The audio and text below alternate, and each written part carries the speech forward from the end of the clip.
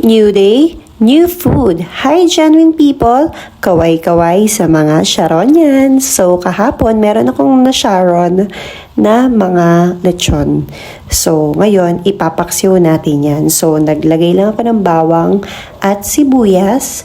And ito yung mga lechon na take out ko. So may mga laman yan at may mga buto-buto rin na talaga namang masarap pag pinaksiw mo. Since luto naman na yung lechon, igigisa lang natin yan kasama ang bawang at sibuyas at gigisayin lang natin mabuti para masarap. And mabilis lang lutuin ang paksiw. Kailangan mo lang ng mang tomas, sibuyas, bawang, and suka. Since nagisa na siya, lalagyan na natin ng, syempre hindi mawawala ang pamintang durog. At para magkaroon ng onting lasa, lagyan natin ng asin. Onti lang kasi may lasa naman na yan. And syempre, sa mga na-Sharon dyan, iba to kasi binigyan ako ng isang pack na sarsa ng lechon.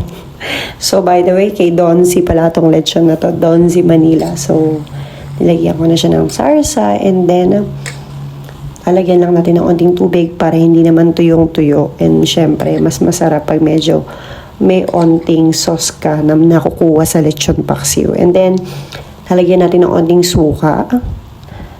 And, syempre, tatakpan lang muna natin yan. And once na kumulo yan, goods na yan. And by the way, marami ako na Sharon na lechon. Kaya naman meron pa akong ini-air fry na isa pang lechon para yan, matikman nila. Yun talagang totoong lasa ng lechon na pinagbilang kahapon. So, grabe, no? Kaya sa mga nag-Sharon dyan, alam nyo na kung paano iluluto yung inyong take-out na lechon. So, yun lang. Thank you for watching.